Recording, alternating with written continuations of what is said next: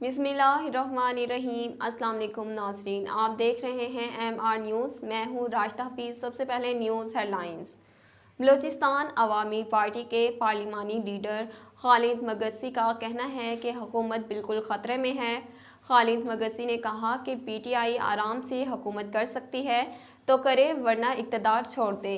इसके अलावा PTI की जानिब से अरकान असम्बली को धमकाने पर भी खालिद मगसी ने नाराज़गी ज़ाहिर करते हुए कहा, ये बातें हमारा बना हुआ मूड भी ख़राब हो जाएगा।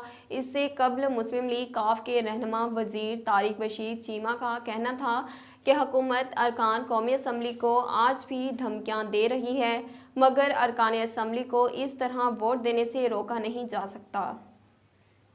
पेशावर समेत खैबर पख्तूनख्वा में ख्वाजा सिराओं पर तशद्दुद के वाक़यात कम ना हो सके।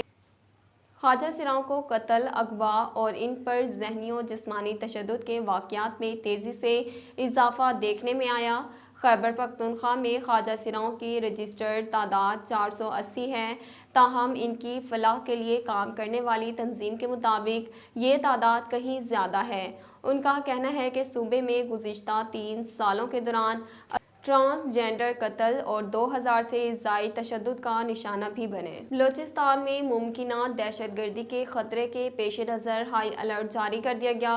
दहशतगर्दी के मुमकिना खतरे के पेश नज़र महकमे दाखिला बलूचिस्तान ने सिक्योरिटी हाई अलर्ट जारी करने और शहर के दाखिली और खारजी रास्तों पर सख्त निगरानी के लिए तमाम अजला के डिप्टी कमिश्नर और कानून नाफिज करने वाले इदारों को मुरासला जारी कर दिया।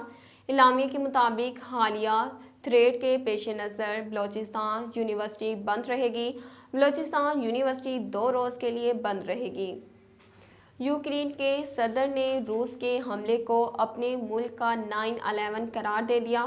गैर मुल्की खबरसां एजेंसी के मुताबिक अपने एक बयान में यूक्रेनी सदर ने अमरीकी इमदाद मांग की अपील करते हुए रूसी हमले को अपने मुल्क का 9/11 करार दिया। दूसरी जानिब अमरीका ने यूक्रेन को मज़ीद $800 मिलियन की इमदाद देने का ऐलान किया। अमरीकी मीडिया के मुताबिक अमरीका यूक्रेन को 5 Mi-17 helicopter, 600 stinger anti aircraft निज़ाम देगा। यूक्रेन को 70 गाड़ियाँ और 5 Mi-17 हेलीकॉप्टर भी फराहम किए जाएंगे।